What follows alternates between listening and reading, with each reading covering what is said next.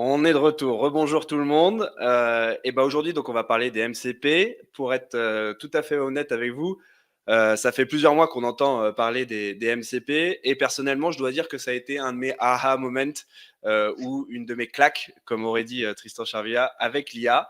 Imaginez que depuis l'interface de mon Claude, j'allais pouvoir réserver un restaurant, crawler des sites, créer un ticket Jira. À l'époque, j'ai trouvé ça fou. Je me suis jeté dessus, j'ai commencé à l'utiliser. Dans les faits, c'était pas si fluide que ça. On pourra en parler avec Fred. Mais ce qui est évident, en tout cas, c'est qu'a priori, c'est quelque chose qui est là pour rester, puisque à l'origine, ça a été lancé donc à la fin de l'année 2024 par Anthropic Claude. Et depuis, OpenAI, Microsoft, Google ont dit qu'ils partaient aussi sur ce modèle-là, ce protocole. Donc, a priori, tous les grands acteurs parient sur ce protocole. Mais les questions qu'on s'est posées au ticket et auxquelles on va répondre avec Fred juste après, c'est quoi au juste ce MCP, modèle contexte protocole, et surtout à quel problème ça répond, pourquoi on s'est dit qu'il y avait besoin d'inventer ce nouveau protocole. La deuxième question, c'est si j'ai envie de tester des MCP, comment je fais? Est-ce que c'est déjà utile dans le quotidien des product managers? Et dernière question sur laquelle on viendra à la fin de l'émission, est-ce que moi, en tant que product manager d'une application ou d'un site, est-ce que je dois réfléchir à comment intégrer les MCP à mon produit? Donc, ce sera les trois grands axes de notre discussion d'aujourd'hui. Et pour répondre à ces questions, on a la chance de recevoir Fred. Fred, qui est le monsieur IA du ticket, qui est aussi sur son temps libre Head of Product AI chez Scaleway. Fred, merci beaucoup de t'être libéré. Merci beaucoup de répondre à ces questions, d'avoir creusé le sujet avec nous. Ouais. Première question très simple. Est-ce que tu peux, simple pour toi, est-ce que tu peux nous expliquer pourquoi on a inventé les MCP et à quel problème on voulait répondre en inventant ces MCP? Ouais, je vais expliquer ça. Et rien de mieux qu'un exemple pour voir ça en temps réel. Donc là, je suis sur ChatGPT. Je vois qu'il y a quelques outils. Je peux rajouter des photos. Je peux connecter à 2-3 drives. Je peux faire, voilà, j'ai quelques trucs que je peux faire, mais il n'y a pas énormément de choses. Mettons que maintenant, je demande un truc bizarre à ChatGPT comme quelle est ma playlist Deezer préférée? Bah, si je lui demande ça, il va complètement bugger, quoi. Il va dire, mais tu me l'as pas dit. Ok, super. Ben, en fait, j'ai l'application, elle est installée sur mon ordi, elle est disponible en live, il y a des API. Tu pourrais faire ça, en fait. Et si je lui dis, j'ai une maison connectée, augmente la température. Bah ouais, super. Il peut rien faire. Donc voilà, donc bon, ChatGPT, c'est chouette, ça permet de créer nos emails, de créer nos PRD et de faire plein de choses et d'écrire nos emails pour nous. T'as cru que t'étais dans Star Trek, que tu pouvais demander à une intelligence centrale de faire tout pour toi? Ben, je sais, moi, c'est un peu ce qu'on m'a vendu avec l'IA, tu vois, c'est le futur et t'as un agent, quoi. Une idée d'un agent, c'est qu'il peut changer des choses dans le monde, en fait. Il peut non seulement récupérer des informations, mais il peut aussi envoyer des informations et avoir de l'influence sur d'autres outils informatiques.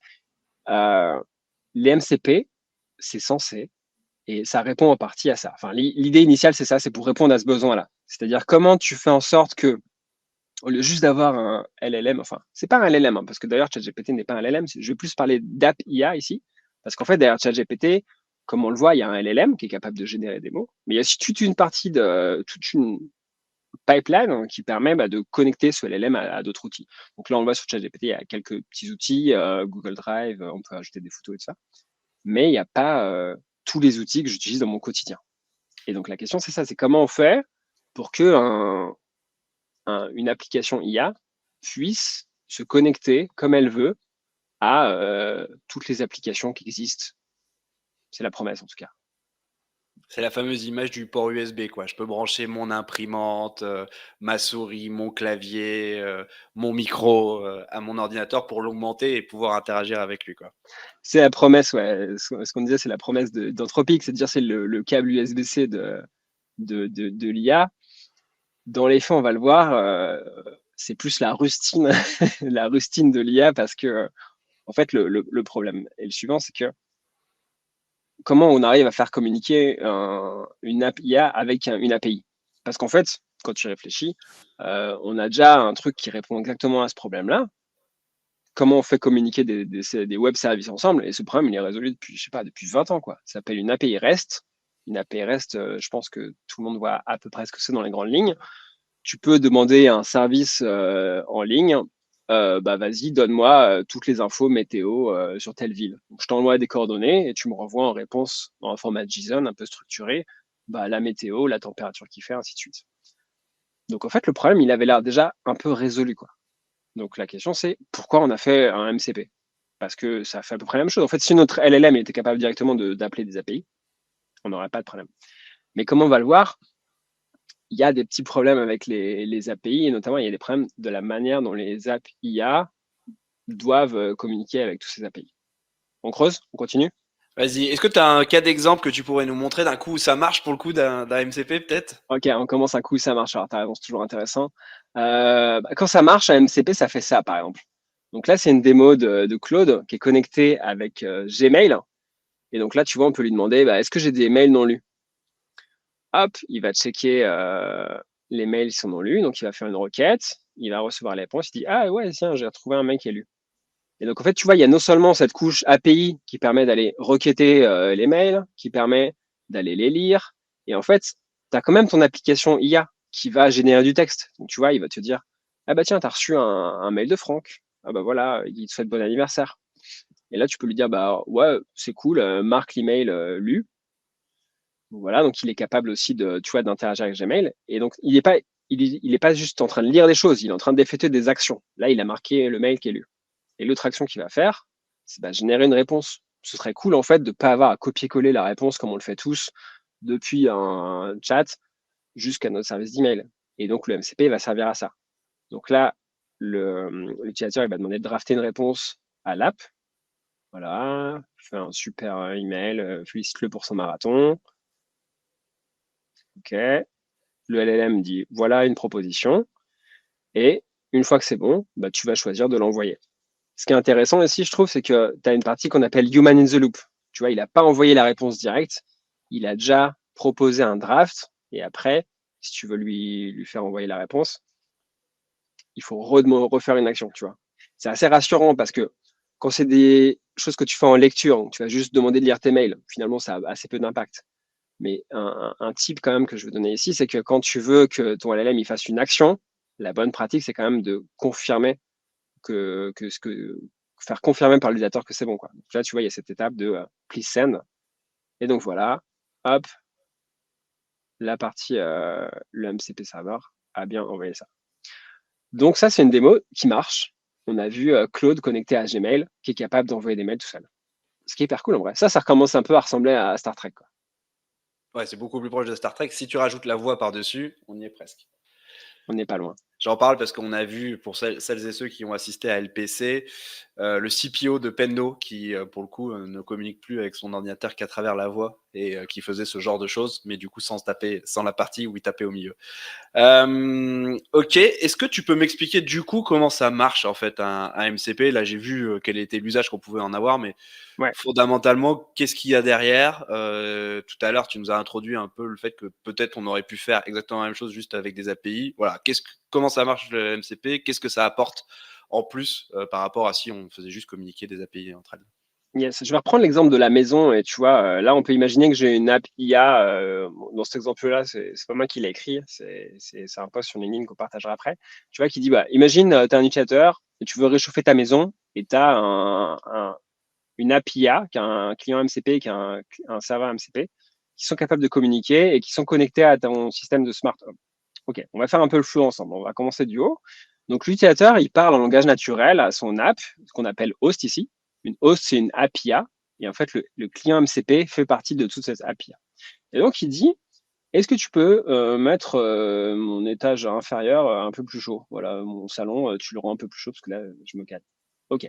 La première étape, ce qu'il peut faire, et ça, on ne peut pas vraiment le faire facilement avec des API, enfin, il n'y a pas une manière unifiée de le faire, c'est que ton app IA, à travers le client MCP, donc c'est une relation client-serveur, hein, pour ceux qui sont un peu familiers de l'informatique, c'est un client qui pose une question, qui se connecte à un serveur et qu'après il pose des questions et en fait les deux échangent des informations. Et donc le MCP client, il va dire OK, salut MCP serveur, je te connais, on est connecté, mais est-ce que tu pourrais me rappeler quelles sont les fonctionnalités qui existent? Qu'est-ce que je peux faire avec toi? Et donc là, le MCP serveur, il va lister toutes les fonctionnalités. Et parmi les fonctionnalités qu'il a listées, bah, il va s'apercevoir qu'il y en a une qui est hyper cool, qui s'appelle Increase Temperature. Ah, OK, bah, dans ce cas-là, le MCP client, il va renvoyer l'info augmente la température de 2,5 degrés au MCP serveur. Et c'est le MCP serveur qui va faire cet appel API. Donc là, le post, c'est ça, hein, c'est un appel API qui va communiquer avec un truc de smart home, là, un truc de domotique, et qui va faire une requête API standard pour dire augmente la température de 2 degrés. Le service à distance, il va renvoyer le résultat au MCP serveur pour dire, c'est un code, hein, il va dire, OK, par exemple, 200, j'ai réussi à le faire, il n'y a pas de problème. Et le MCP serveur va renvoyer l'info au MCP client pour lui dire, on a réussi à le faire. Et enfin, parce que là, tout ça, ça s'est passé dans le dos de l'utilisateur, il a eu aucune interaction, tout ça s'est passé sans qu'il le voie. Et à la fin, bah, l'host, l'app IA, va renvoyer un message à l'utilisateur pour lui dire, c'est bon, la température a été montée à 19 degrés. Smiley, parce que les LLM sont quand même polis. Il y a Jérémy qui pose la question que j'étais en train de me poser, d'ailleurs que je t'ai posée en préparant cette émission. Moi, il y a quelques années, on a tous codé des applications pour Alexa, en mode je veux pouvoir poser une question à Alexa et il répond et il fait le truc dans son monde. En quoi c'est différent de ce qu'on faisait il y a quelques années avec Alexa, le fait de mettre en place ces MCP? Bah, c'est assez proche en fait. C'est assez proche, mais sauf que là, l'idée, c'est d'avoir un standard qui permet à toutes les API de communiquer avec tous les services. C'est ça un peu l'idée. Et du coup, c'est de proposer une couche d'abstraction entre les deux. Effectivement, ça pourrait se faire via API, mais ça marche pas très bien. Et donc, le fait de mettre une couche d'abstraction, c'est comme c'est comme si je me disais, bah, OK, je veux que Claude marche avec Google Mail, avec mon thermostat, avec Deezer. Je veux aussi que ChatGPT fonctionne avec tous ces services-là, et ainsi de suite. Le problème, c'est que si tu laisses faire ça un peu dans la nature, tu te retrouves avec ce problème-là. C'est un problème, ils appellent ça M fois N problème. Tu as M modèles, tu as N services, et à chaque fois, tu as des développeurs qui sont obligés de refaire toute la connexion. De dire, voilà comment l'API marche, si tu veux l'appeler tel modèle, tu dois faire ça, ça, ça. Voilà comment telle autre API marche, voilà si tu veux faire ça. Et dès qu'il y a une modification, bah, tu galères parce que imagine Slack qui change leur API, tu es obligé de recoder pour tous tes modèles, toutes les intégrations, et en fait, ça devient rapidement un enfer. Le MCP, en fait, c'est la rustine entre les deux, c'est-à-dire que tu dis au modèle, les LLM, enfin les AI apps, pardon, sont capables de communiquer de telle manière, ils vont passer par ce protocole qui va être une sorte de rustine entre les deux et qui va dire, si vous voulez interroger des API, vous n'allez pas le faire directement, vous allez passer par ce MCP. Et ces services, déjà, vous allez pouvoir les lister. Donc, savoir en temps réel qu'est-ce qui existe comme service, qu'est-ce qui est maintenu. Et ensuite, vous allez pouvoir les utiliser, mais pas directement. Encore une fois, vous allez passer via le MCP pour faire cette requête. Et ça a pas mal d'avantages, en fait. Ça permet notamment que tu t'assures que la communication via API, elle soit bien faite. C'est-à-dire que tu envoies les bons messages bien codés entre le client et le serveur. L'autre truc qui est hyper cool aussi, pour les gens qui créent des apps IA en tout cas, c'est que bah, c'est pas à toi de gérer les connecteurs. Ça, c'est hyper puissant. C'est-à-dire qu'au lieu de te dire, bon, en fait, je vais faire tous les connecteurs de toute la vie, comme les gens qui faisaient des trucs Alexa, tu vois, ils étaient obligés de. Amazon a dû tout coder à la main pour que les API marchent, quoi. Et là, en fait, tu dis, bah, en fait, vas-y, Deezer va me faire son MCP, le Netatmo va me faire son MCP, et tout le monde va me faire son MCP. Et moi, après, je pourrais brancher tous les IA apps du monde et puis ça va marcher. Et j'aurais pas à maintenir ça, j'aurais pas à garder les trucs à jour, j'aurais pas à gérer toute la mise à jour des API. Pour celles et ceux qui ont bossé sur des trucs comme Alexa, etc., je ne sais pas si vous vous rappelez, mais il fallait le faire pour Alexa, pour Google Home, je ne me rappelle plus ce qu'il y avait comme autre assistant vocaux, Siri, etc. Donc en fait, à chaque fois, il fallait refaire le taf. Là, ce que tu es en train d'expliquer, c'est que notamment côté client, en fait, tu fais une fois le taf, et en fait, tous les fournisseurs, pardon, tu fais une fois le taf, et du coup, derrière, il n'y a pas besoin de le refaire N fois, un coup pour Claude, un coup pour OpenAI, un coup, etc. C'est ça, c'est une espèce de surcouche aux API la promesse, c'est de se dire, on crée cette surcouche de telle manière qu'elle soit lisible facilement par des applications IA. En un mot, c'est vraiment ça. Du coup, Fred, j'ai envie que tu me dises, moi, du coup, en tant que PM, comment j'utilise des MCP? Parce que toi, déjà, parce que on le rappelle, tu es aussi product manager, Ouais. en plus d'être monsieur IA du ticket. Euh, Comment tu l'utilises au jour le jour? Par quoi tu commences? Enfin, et quels sont les MCP disponibles? Est-ce que tu en as déjà un usage? Voilà, est-ce que tu peux me raconter un peu comment on peut s'approprier le sujet maintenant qu'on comprend un peu mieux Ouais. comment ça fonctionne? Euh, je vais revenir sur cette image où il y a les serveurs et les clients.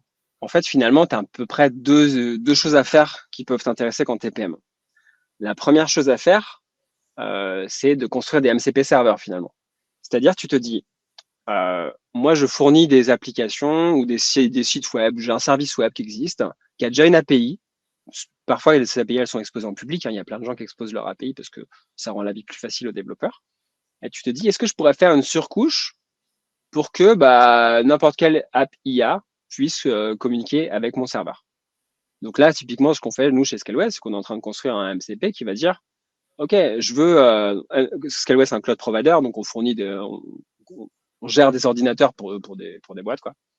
Et donc, tu pourrais dire, tu aurais pu dire, j'ai envie de créer mon site web. Tu parles avec Claude et tu lui dis, bah, vas-y, voilà mes besoins, voilà mes envies. Regarde chez Scaleway pour pour me lancer le matos qui va bien pour créer ce site-là. Et donc, lui, il va aller pinguer le MCP Scaleway. Scaleway va aller dire, bah, voilà ce que tu peux faire. Je peux te lister tous mes services. Tu peux créer une instance, tu peux créer une database, tu peux créer ça. Et le LLM, lui, il va réfléchir, il va te dire, OK, bah, pour ton projet, je pense que ce serait bien de prendre une petite instance avec un petit base de données, ça suffira, quoi. Hop. Et après, il va faire la requête sur le MCP de Scaleway. Crée-moi les instances. Hop, ça pop tout ça et ça t'installe tout. Et en fait, tu as juste parlé à l'LM. Tu t'es pas tapé ni la command line interface, ni la console. Tu as tout fait en langage naturel. Assez cool. Donc ça, c'est la première piste à explorer, à mon avis, pour les PM, c'est de se dire, bah, si mon service, il a une API, est-ce que ça vaudrait pas le coup? Est-ce que ce serait pas intéressant pour ma boîte, pour augmenter l'usage, pour faciliter la vie des gens qui créent des API, de créer ce serveur MCP pour que tout le monde puisse s'y connecter? À l'heure actuelle, il y a à peu près, il y a les deux il y a les deux types de. J'en profite pour passer sur modèle contexte protocole. C'est le, le dépôt GitHub officiel fait par Anthropic, donc les créateurs de Claude.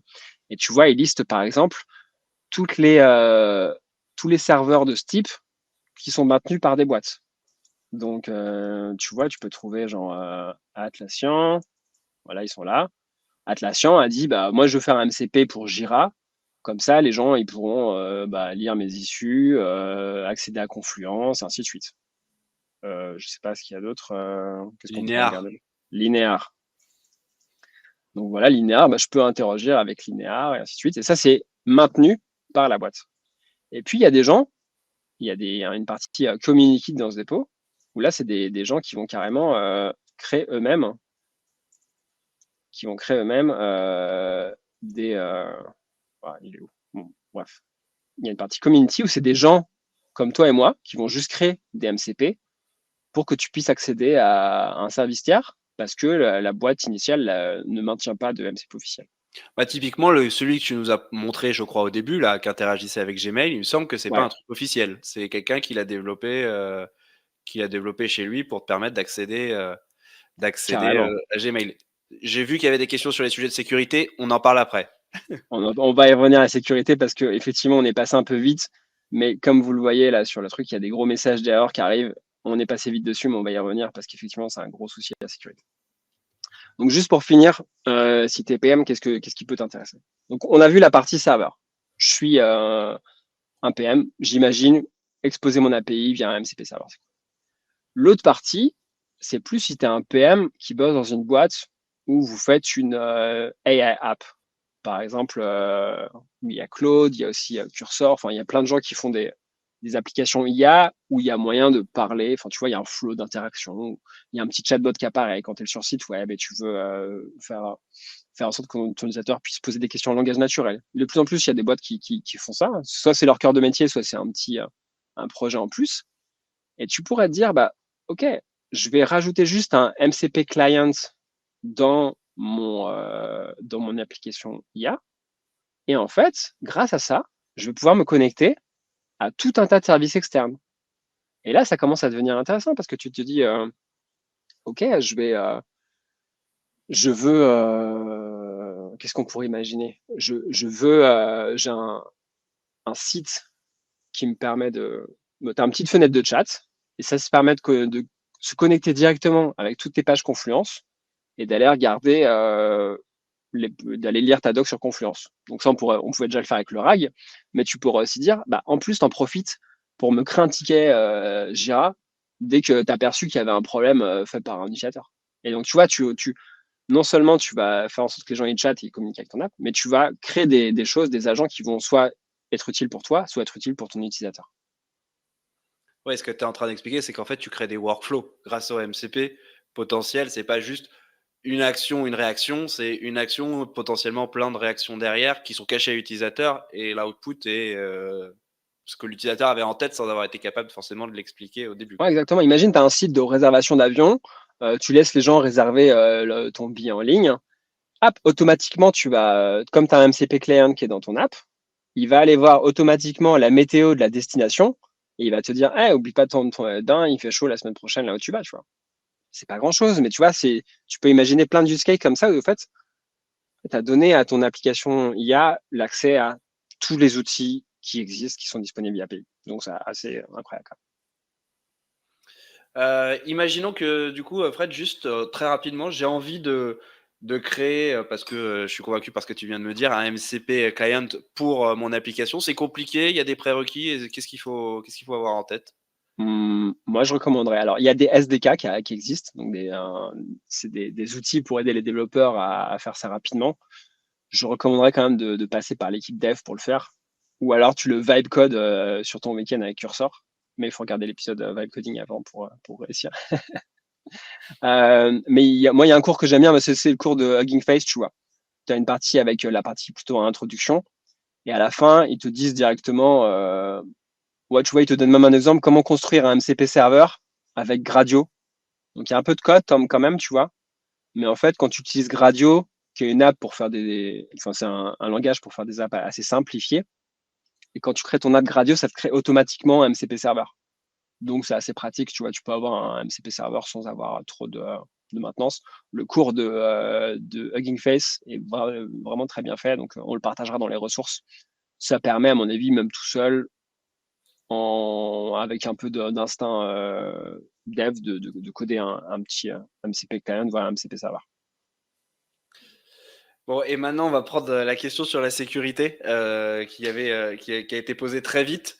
Et de fait, tu nous as montré Gmail, mais ce que tu me disais en préparant l'émission aussi, c'est que les MCP permettent aussi d'avoir accès directement à tout le contenu de ton ordinateur, ce qui est très cool. Ouais. Euh, typi- mais d'un point de vue sécurité, genre tout ça, ça transite par qui? Enfin, comment? Et tu nous as montré, c'est pas un store officiel. Ce que tu nous as montré, c'est un repo de GitHub. Mais en fait, il y a plein d'autres endroits où trouver des MCP. Enfin, comment ça se passe tout ça d'un point de vue sécu? Bah, c'est un peu le Far West. Alors attends, je vais retourner sur le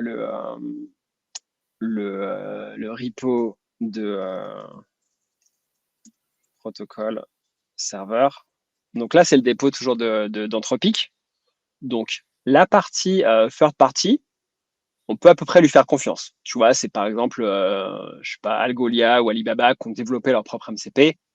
A priori, ils ont fait les choses bien et donc il n'y a pas de code malicieux qui est caché dedans. Donc, tu peux leur faire confiance, mettre tes clés d'API dedans et tout ça. Parce qu'en fait, c'est ça le problème. Si tu veux communiquer avec une API, si un service est un peu sensible, il faut que tu aies une clé d'API, cette espèce de chaîne de caractères assez longue, qui est un secret que tu vas utiliser pour dire, hey, c'est bon, j'ai le secret, j'ai le droit de me connecter à Gmail. Tu vois, j'ai pas le droit de lire tes mails, t'as pas le droit de lire les miens, c'est très bien comme ça. Si jamais je veux donner accès à un service tiers à mon Gmail, bah, j'ai des manips à faire. Une des manips, c'est de donner cette clé d'API, quoi. Donc, quand tu utilises les serveurs, les services officiels, tout se passe bien. Par contre, tu vois, tout ce qui est après, c'est les services community. Ça veut dire qu'il y a une personne comme toi et moi dans son coin qui a créé une petite app et qui s'est dit, ah, en fait, il manque l'intégration Gmail, je vais la faire moi-même. Peut-être que cette personne, elle est bienveillante et qu'elle a bien fait son code et que tous tes secrets sont protégés. Mais en fait, tu connais pas cette personne. Et en fait, elle a juste fait un code, tu vois, sur GitHub pour, pour gérer tes mails. Et donc, toi, tu vas juste installer ça sans regarder. Tu vas dire, OK, ouais, ça a l'air de faire la taf, bref. Mais en fait, tu n'as aucune idée de ce que fait cette application. Tu vois, il y a quand même plein de fichiers de code que tu vas pas lire, qui potentiellement peuvent exfiltrer tes données, notamment ta clé d'API et la donnée entière, qui peuvent exporter tes mails, qui peuvent écrire des mails à ta place. Enfin, niveau sécurité, c'est quand même un peu chaud. Donc, si c'est des trucs qui sont sensibles, je recommande de ne pas utiliser des MCP serveurs qui ont été trouvés dans la nature, quoi. Parce que finalement, si on n'a pas lu le code, on ne sait pas ce que c'est. C'est un peu dangereux, quoi. C'est comme utiliser une librairie en prod qui a des droits admin sur votre projet informatique, quoi. Vos devs, ils seraient vraiment flippés de le faire et ils auraient raison. Et tu vois, d'ailleurs, juste pour finir, il le montre, hein, là, Claude, quand tu lui dis attention, ton MCP, il pourrait faire n'importe quoi. Donc, sois bien sûr de ce que tu fais. Donc là, tous les gens vont cliquer oui, il n'y a pas de problème, mais en fait, il peut y avoir des problèmes. Du coup, si j'ai envie de tester rapidement, parce que là, tu nous as parlé de MCP, tu nous as dit qu'il y avait une installation. Si j'ai envie de tester quand même les possibilités en prenant un minimum de risques, donc tu m'as dit, on passe plutôt par le repo officiel d'Anthropic. Tu m'avais montré une autre option qui était assez adaptée aux usages des PM, qui est Fleur. Vas-y, C'est ça, Fleur, c'est raconte-nous. développé par June et par d'autres boîtes. L'idée, c'est quoi? C'est de faire une espèce. Parce qu'en fait, ouais, le problème, c'est quoi? C'est que pour avoir un MCP server, il faut que tu installes des fichiers et que tu le fasses tourner en local sur ton ordinateur. Donc, c'est un peu fastidieux, tu as quand même des manips à faire. Avec ce genre d'espèce d'App Store, tu peux en fait installer des MCP hyper facilement sans avoir à rien gérer. Alors, t'es pas forcément plus rassuré sur la partie sécurité, donc faut quand même faire gaffe. Mais au moins, t'as pas à gérer la partie installation qui peut être un peu pénible. Toute cette partie-là est abstraite pour toi. Et donc, tu as juste des MCP serveurs qui sont créés plus facilement. On voulait vous la montrer parce que en plus, c'est très pratique pour les équipes produits parce qu'il y a Linear, il y a Notion, il y a etc. Ça doit sembler adapté à votre usage. On a zéro part là-dedans, bien entendu. Et bah écoute, je pense que c'est le moment. On va pouvoir passer à la partie des questions. À moins que tu veuilles rajouter quelque chose, Fred, avant qu'on termine. Je crois qu'on a fait plutôt le tour de Je toutes les pense choses qu'on a dont fait je pas voulais mal. parler. Ouais, ouais. Du coup, on va prendre les premières questions. Et la première question, je trouve, permet de faire une bonne ouverture. Fred, du coup, dans quel cas d'usage les MCP montrent aujourd'hui des limites, d'après toi? Et dans un second temps, est-ce que tu vois une échéance de temps à laquelle ces limites vont être levées? La limite actuelle, elle n'est pas tant dans les MCP, parce que le MCP, finalement, c'est juste le connecteur, que dans créer des workflows complexes avec des applications IA. Tu vois, une application IA pour utiliser un outil, ça va, deux outils, ça va, mais quand tu commences à imbriquer plein de trucs, de lui dire utilise cet outil, puis enfin cet outil et celui-là, on constate en pratique que notamment les petits modèles ont tendance à un peu se mélanger les pinceaux parfois, quoi. Et donc, c'est encore un peu difficile de faire des workflows très complexes avec plein d'outils qui interagissent les uns les autres, qui se répondent les uns les autres. Pour l'instant, ça marche très bien quand c'est simple, mais plus la complexité augmente, plus c'est compliqué. À la base, les LLM n'avaient pas non plus été prévus pour ça spécialement, quoi. Les LLM n'avaient été prévus pour juste répondre du texte. Donc tout ce qui est fonctionnement agentique, tout ce qui est partie reasoning, tout ce qui est partie voilà, création de fichiers JSON qui soient propres pour communiquer proprement avec un MCP serveur, c'est des choses sur lesquelles tous les nouveaux modèles bossent. Tu vois, hier, il y a H qui a annoncé, H Company là, qui a annoncé une nouvelle release. C'est pareil, hein, c'est des agents qui permettent de faire plein d'actions. Donc c'est quelque chose qui est très actif, mais il y a encore des marges de progression pour que tout marche bien. Je suis pas trop inquiet, hein, vu que c'est un problème que tout le monde a. Enfin, connecter une API à des outils tiers, c'est tellement utile que c'est un problème qui sera résolu dans le futur. On a deux questions qui sont connexes. On a beaucoup parlé de Claude et d'Anthropic. Du coup, si j'utilise Mistral, le chat, ChatGPT, OpenAI ou même Microsoft Copilot, est-ce que j'ai accès à le même genre de technologie? Voilà. Est-ce que Yacine demande par exemple si lui, il a envie d'utiliser Copilot pour intégrer Atlassian, enfin pour communiquer avec Atlassian via MCP, est-ce que c'est possible?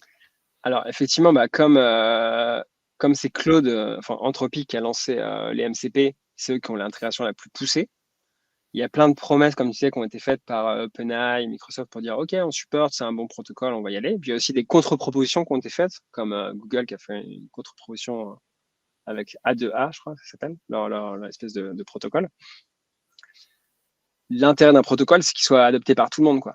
Et pour l'instant, il y a des signes, enfin, il y a plusieurs acteurs qui soit l'implémentent, soit ont donné des signaux qui voulaient l'implémenter, mais c'est pas encore un truc aussi universel que, je sais pas, HTTP, TCP/IP, enfin, tu vois, les trucs, les blocs d'Internet de base. Les blocs d'Internet de base, de toute façon, ils n'ont pas été imposés par une boîte. Souvent, c'était des discussions, il y a eu plein de tractations un peu pour que tout le monde se mette d'accord. Là, c'est un peu une boîte qui a dit, OK, ben, en fait, on va faire comme ça, les gars, vous êtes d'accord, pas d'accord, on est les premiers à proposer, on va y aller. Donc, c'est un peu, faut regarder l'intégration au cas par cas, quoi. Faut aller regarder la doc de Copilot et voir si c'est compatible ou pas. Dans les grands noms de boîtes compatibles, il y a Claude, il y a aussi Cursor, enfin, il y a Windsurf aussi. Mais ça, c'est plus des IDE, c'est pour faire du code. Et eux supportent nativement les MCP. Donc, il y a quand même des signaux assez forts qui montrent que c'est adopté. Mais il n'y a pas de certitude que ce soit le protocole du futur. Et peut-être que, je sais pas, dans 3 ans, on se dira pourquoi on a fait des MCP, c'était une terrible idée, quoi. Ok, le temps qu'il y a d'autres questions qui avancent, moi j'avais une dernière question. Moi j'aimerais bien avoir ton ressenti à toi, Fred, sur cette opportunité. J'avoue que quand tu nous en parles, j'ai un peu l'impression qu'on est en train de se diriger vers un monde où tout se passera dans les interfaces euh, de nos de nos outils type Claude, ChatGPT, etc. Et que potentiellement, il y a un moment, on n'ira même plus sur les sites navigués et que on dira réserve-moi tel restaurant, on n'ira plus sur The Fork, prends-moi tel billet d'avion, on n'ira plus, je sais pas, sur la plateforme correspondante. Voilà. Est-ce que tu as l'impression que c'est ça qui est en train de se dessiner avec les MCP, c'est le début de ça? Ouais, totalement. Enfin, les MCP, c'est la partie immergée de l'iceberg, mais en fait, tu as toute la vague agentique. En fait, c'est cette vague-là qui emporte un peu tout sur son passage. On est quand même dans un monde où on constate que de plus en plus, ce qui marche, c'est la facilité, tu vois, simplifier la vie des gens, leur faire en sorte qu'ils aient moins d'actions à faire. Internet, c'était ça au début. Enfin, l'idée, c'est que bah, tu réserves ton médecin, tu n'as pas besoin d'appeler un ou une secrétaire, tu vas sur Doctolib, tu réserves et c'est fait, quoi. Maintenant, si tu peux faire encore moins d'étapes et juste dire, bah, regarde mon agenda et trouve un rendez-vous, évidemment que les gens vont le faire, quoi. Enfin, ça a l'air d'être une tendance qui est quand même assez inéluctable. Et je vois mal comment on va y échapper. Et donc, effectivement, on se pose la question de bah, à quoi ça sert d'avoir une interface graphique si les gens n'utilisent pas? C'est que des agents. Est-ce qu'on ne va pas Hmm. plutôt penser une interface qui est prévue pour les agents, qui leur facilite la vie et qui fait en sorte que bah, ok, tu vas prendre rendez-vous seulement via un agent et que bah, tu vas tout lui donner et en fait, il va se débrouiller pour faire le travail à ta place. Surtout qu'en plus, on arrive. Donc, il y a cette tendance de faire des workflows complexes pour gérer plein d'agents, enfin plein d'outils qui sont les uns avec les autres connectés. Mais il y a aussi des boîtes comme Hugging Face qui font ce qui s'appelle des small agents. C'est des tout petits modèles qui sont spécialisés vraiment sur l'agentique et ils font que des toutes petites actions, tu vois, c'est assez unitaire. Mais ils font ça assez bien. C'est des modèles assez légers que tu peux pouvoir commencer à avoir dans ton téléphone, que tu vas pouvoir avoir on edge. Et ça, c'est aussi une grosse tendance d'avoir des petits modèles d'agents qui font des petites actions pour toi. Tu les mets en essaim et puis voilà, ça explose, quoi. Mais ça pose plein de questions sur quid de la sécurité, quid de la confidentialité des données. En fait, si tout disparaît, tu vois, si tout devient abstrait et caché à l'utilisateur, bah, tu as encore moins conscience de ce qui se passe et de ce qui peut t'arriver, quoi. Il y a Marina qui pose une question, je sais pas si tu auras la réponse, tu peux peut-être essayer.